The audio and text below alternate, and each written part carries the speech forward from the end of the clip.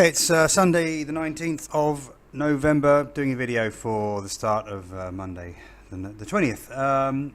Right, we've got silver chart in front of us. Silver is just trading sideways, and it doesn't really matter how far back you go, we're pretty much just trading sideways. So this is the daily chart, and as you see, we really, we had a bit of an uptrend in the first three quarters of 2016, then we reversed a lot of those gains, and since then we've really just traded sideways throughout this whole year. I really can't get excited about this market. The moving averages are going sideways. We've had a push up. I mean, if we were to get through the October high at 1746, yes, that would indicate it would be worth buying into a break above here. We could get some mileage out of that, but I don't think that this is the start of a bull trend.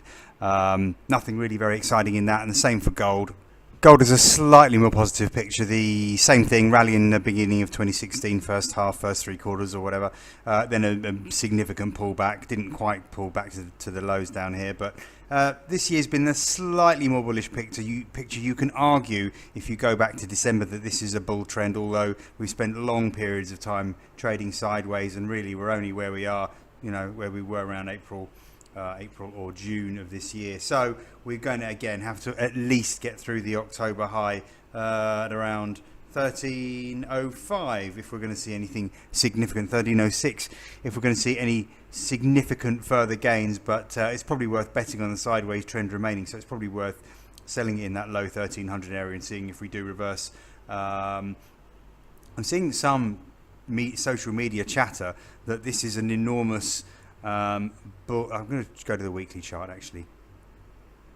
Okay, so this is the weekly chart for gold, and I'm seeing some social media comments, some analysts who have had 6 months experience or even 2 years, and I sound arrogant and cocky here, but it really frustrates me because I personally don't agree with this. I do not see this as some massive bullish pattern. I assume they're talking about some enormous inverse head and shoulders pattern, but it's simply not relevant when you take into context the amount of the dip. You don't really have a head and shoulders that is built up over a 4-year period when the bear trend only lasted 2 years. So to me it looks completely out of context. I might be completely wrong, and it doesn't mean that the market won't rocket if we break up above this trend line, because obviously that is what is holding us back. But I just don't see this as one of those patterns. Anyway, I could be wrong. I shouldn't disrespect other people's opinion, but to me it's just rubbish.